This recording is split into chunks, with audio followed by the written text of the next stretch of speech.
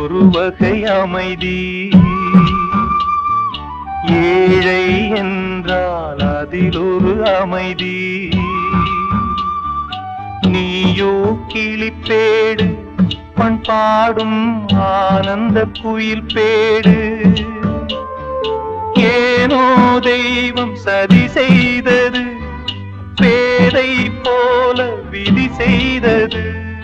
கண்ணே கலைமானே கன்னிமயிலென கண்டேன் உனை நானே.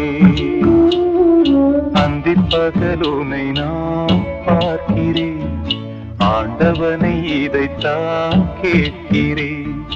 ராரிராரோ ஓராரிரோ, ராரிராரோ ஓராரிரோ.